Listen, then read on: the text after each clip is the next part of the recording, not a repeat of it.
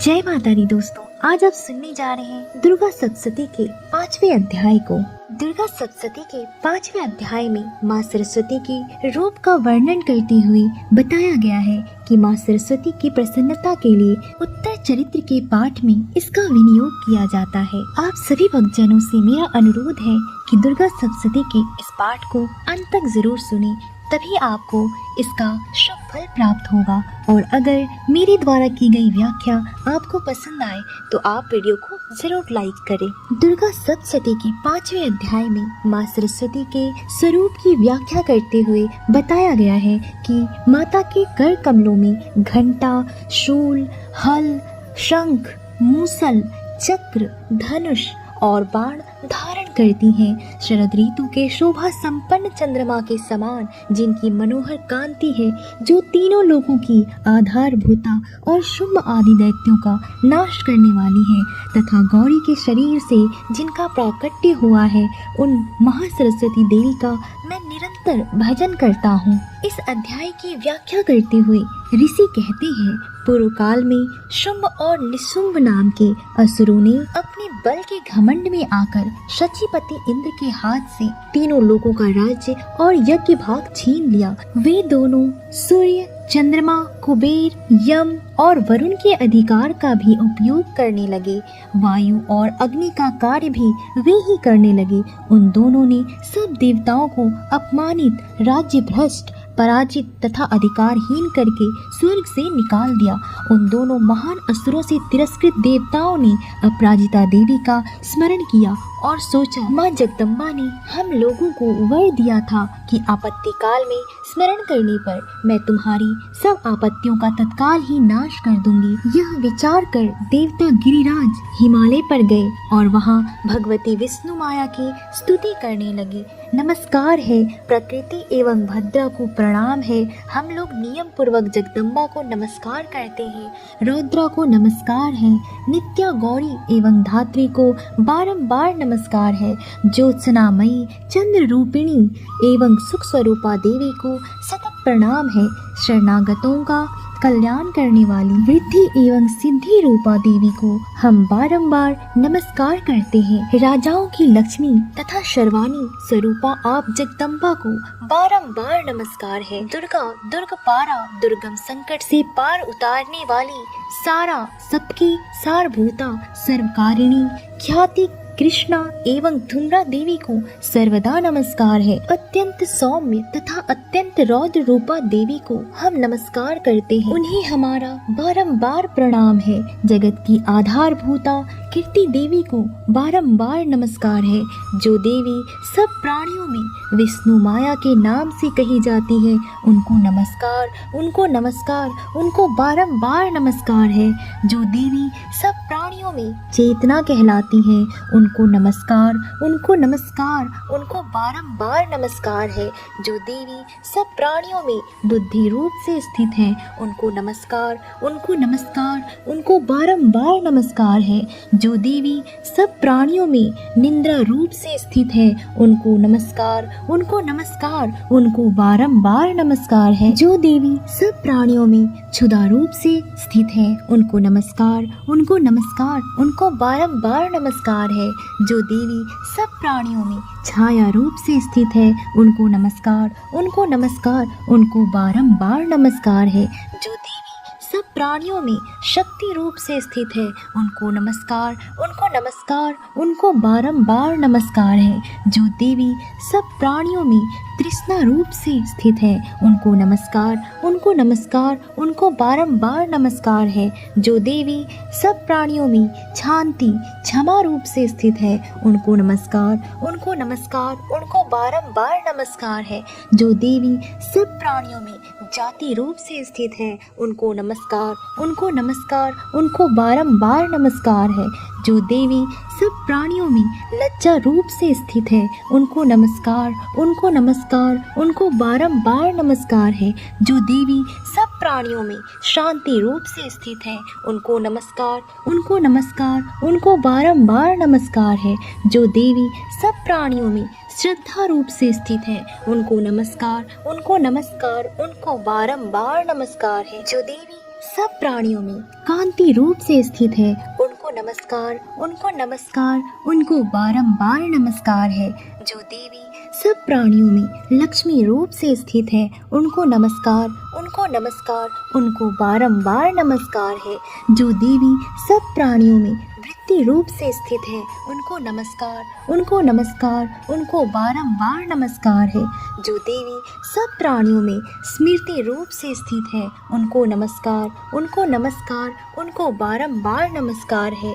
जो देवी सब प्राणियों में दया रूप से स्थित है, उनको नमस्कार, उनको नमस्कार, उनको बारंबार नमस्कार है। जो देवी सब प्राणियों में तुष्टि रूप से स्थित है, उनको नमस्कार, उनको नमस्कार, उनको बारंबार नमस्कार है। जो देवी सब प्राणियों में माता रूप से स्थित है, उनको नमस्कार, उनको नमस्कार, उनको बारंबार नमस्कार है। जो देवी सब प्राणियों में भ्रांति रूप से स्थित है, उनको नमस्कार, उनको नमस्कार, उनको बारंबार नमस्कार है। जो जीवों के इंद्रिय वर्ग की अधिष्ठात्री देवी एवं सब प्राणियों में सदा व्याप्त रहने वाली है, उन व्याप्ति देवी को बारंबार नमस्कार है। जो देवी चैतन्य रूप से इस संपूर्ण जगत को व्याप्त करके स्थित हैं, उनको बारंबार नमस्कार है। पूर्व काल में अपने अभीष्ट की प्राप्ति होने से देवताओं ने जिनकी स्तुति की तथा देवराज इंद्र ने बहुत दिनों तक जिनका सेवन किया, वह कल्याण की भूता ईश्वरी हमारा कल्याण और मंगल करे तथा सारी आपत्तियों का नाश कर डाले।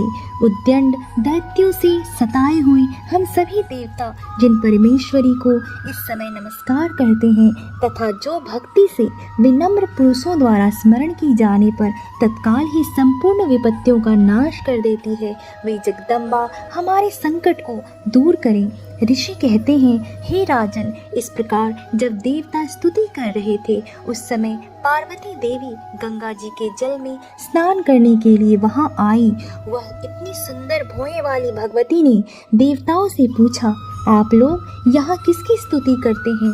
तब उन्हीं के शरीर से प्रकट हुई शिवा देवी बोली, शुभ दैत्य से तिरस्कृत और युद्ध में निशंब से पराजित हो यहाँ एकत्रित हुए ये समस्त देवता यह मेरी ही स्तुति कर रहे हैं। पार्वती जी के शरीर से अंबिका का प्रादुर्भाव हुआ था, इसलिए वे समस्त लोकों में कौशिकी कही जाती हैं। कौशिकी के प्रकट होने के बाद पार्वती देवी का शरीर काले रंग का हो गया, अतः वे हिमालय पर रहने वाली कालिका देवी के नाम से विख्यात हुई। तदंतर शुंभ ऋषुंभ के भृत्य चंड मुंड वहां आए और उन्होंने परम मनोहर रूप धारण करने वाली अंबिका देवी को देखा। फिर वे शुंभ के पास जाकर बोले, महाराज, एक अत्यंत ही मनोहर स्त्री है जो अपनी दिव्य कांति से हिमालय को प्रकाशित कर रही है। वैसा उत्तम रूप कहीं किसी ने भी नहीं देखा होगा। असुरेश्वर, पता लगाइए कि वह देवी कौन है और उसे ले लीजिए। स्त्रियों में तो वह रत्न है, उसका प्रत्येक अंग बहुत ही सुंदर तथा वह अपने श्री अंगों की प्रभा से संपूर्ण दिशाओं में प्रकाश फैला रही है। दैत्यराज, अभी वह हिमालय पर ही मौजूद है, आप उसे देख सकते हैं। प्रभु, तीनों लोकों में मणि, हाथी और घोड़े आदि जितने भी रत्न हैं वे सब इस समय आपके घर में शोभा पाते हैं। हाथियों में रत्नभूत ऐरावत, यह पारिजात का वृक्ष, यह उच्चैश्रवा घोड़ा, यह सब आपने इंद्र से ले लिया। हंसों से जुता हुआ यह विमान भी आपने अपने आंगन में शोभित कर लिया। यह रत्नभूत अद्भुत विमान जो पहले ब्रह्मा जी के पास था अब आपके यहाँ लाया गया है। यह महापद्म नामक निधि आप कुबेर से छीन लाए हैं। समुद्र ने भी आपको किंजलकिनी नामक माला भेंट की है जो केसरों से सुशोभित और जिनकी कमल कभी भी नहीं कुमलाते हैं। सुवर्णों की वर्षा करने वाला वरुण का छत्र भी आपके घर में शोभा पाता है तथा यह श्रेष्ठ रथ जो पहले प्रजापति के अधिकार में था अब आपके पास मौजूद है।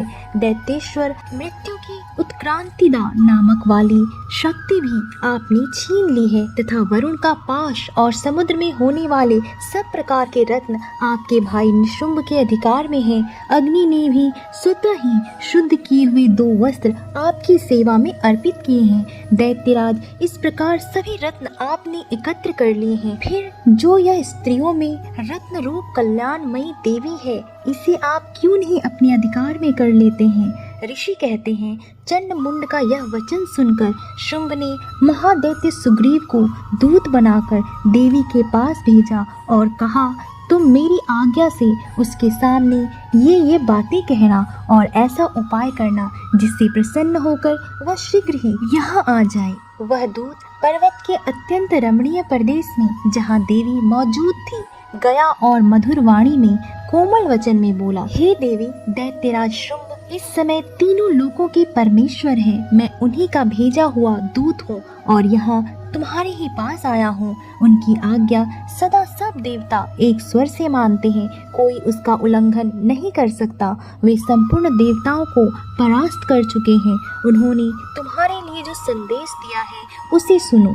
संपूर्ण त्रिलोकी मेरे अधिकार में है, देवता भी मेरी आज्ञा के अधीन चलते हैं। संपूर्ण यज्ञों के भागों को मैं ही पृथक पृथक भोगता हूँ।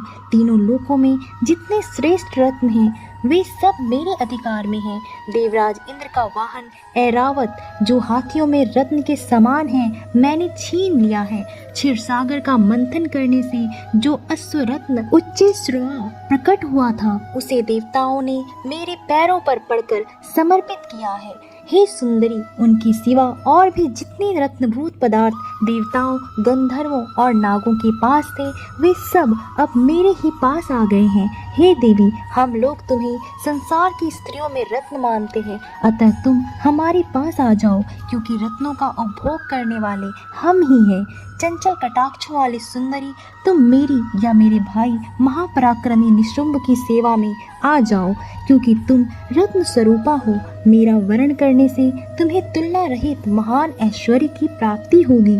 अपनी बुद्धि से यह विचार कर तुम मेरी पत्नी बन जाओ। ऋषि कहते हैं, दूत के यूं कहने पर कल्याणमयी भगवती दुर्गा देवी जो इस जगत को धारण करती है मन ही मन गंभीर भाव से मुस्कुराई और इस प्रकार बोली, हे दूत, तुमने सत्य कहा है, इसमें तनिक भी मिथ्या नहीं है। शुंभ तीनों लोकों का स्वामी है और निशुंभ भी उसी के समान पराक्रमी है, किंतु इस विषय में मैंने जो प्रतिज्ञा कर ली है उसे मिथ्या कैसे करूं? मैंने अपनी अल्प बुद्धि के कारण पहले से जो प्रतिज्ञा कर रखी है उसे सुनो। जो मुझे संग्राम में जीत लेगा, जो मेरे अभिमान को चूर्ण कर देगा तथा संसार में जो मेरे समान बलवान होगा वही मेरा स्वामी होगा। इसलिए शुंभ अथवा महादैत्य निशुंभ स्वयं ही यहाँ पधारे और मुझे जीतकर शीघ्र ही मेरा पाणी ग्रहण कर ले। इसमें विलंब की क्या आवश्यकता है? दूत बोला, हे देवी, तुम घमंड में भरी हो, मेरे सामने ऐसी बातें ना करो। तीनों लोकों में कौन ऐसा पुरुष है जो शुंभ और निशुंभ के सामने खड़ा हो सके? देवी, अन्य दैत्यों के सामने भी सारे देवता युद्ध में नहीं ठहर सकते, फिर तुम अकेली स्त्री होकर कैसे ठहर सकती हो? जिन शुंभ आदि दैत्यों के सामने इंद्र आदि सब देवता भी युद्ध में खड़े नहीं हुए, उनके सामने तुम स्त्री होकर कैसे जाओगी? इसलिए तुम मेरे ही कहने से शुंभ निशुंभ के पास चली जाओ। ऐसा करने से तुम्हारे गौरव की रक्षा होगी, अन्यथा जब वे केस पकड़कर घसीटेंगे तब तुम्हें अपनी प्रतिष्ठा खोकर जाना पड़ेगा। देवी ने कहा, तुम्हारा कहना ठीक है, शुंभ बलवान है और निशुंभ भी बड़े पराक्रमी है, किंतु क्या करूं, मैंने पहले ही बिना सोचे समझे प्रतिज्ञा कर ली है। अतः अब तुम जाओ, मैंने तुमसे जो कहा है वह सब दैत्यराज से आदर पूर्वक कहना, फिर वे जो उचित जान पड़े करें।